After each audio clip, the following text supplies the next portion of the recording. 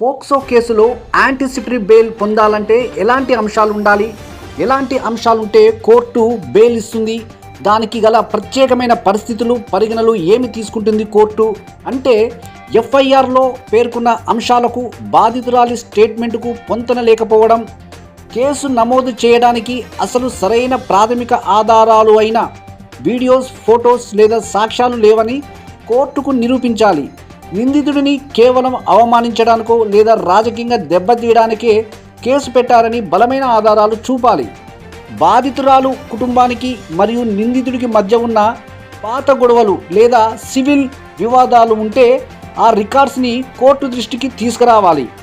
నేరం జరిగిన సమయానికి కేసు పెట్టిన సమయానికి మధ్య చాలా ఆలస్యం బాగా అయి ఉండాలి, కొన్ని నెలలు.